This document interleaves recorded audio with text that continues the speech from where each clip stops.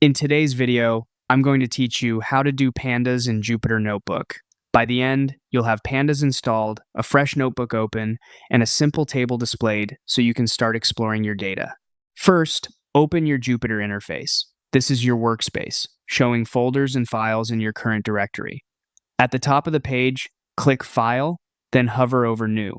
From that menu, choose Terminal. We'll use the built-in terminal to set up Pandas so it's available to your notebooks. In the terminal window that opens, type pip install pandas and press enter. This command downloads and installs the pandas library and any required dependencies. Give it a moment to complete. You'll see messages as packages are collected and installed. If your setup uses a different Python command, pip3 install pandas can also work, but pip is common in many environments.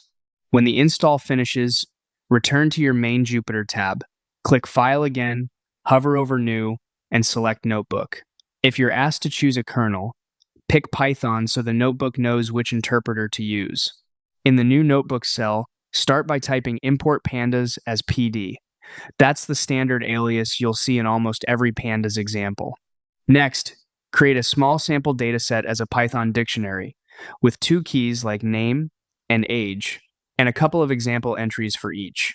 Then create a data frame by passing that dictionary to pd.dataframe and assign it to a variable called df. On the final line of the cell, just put df by itself.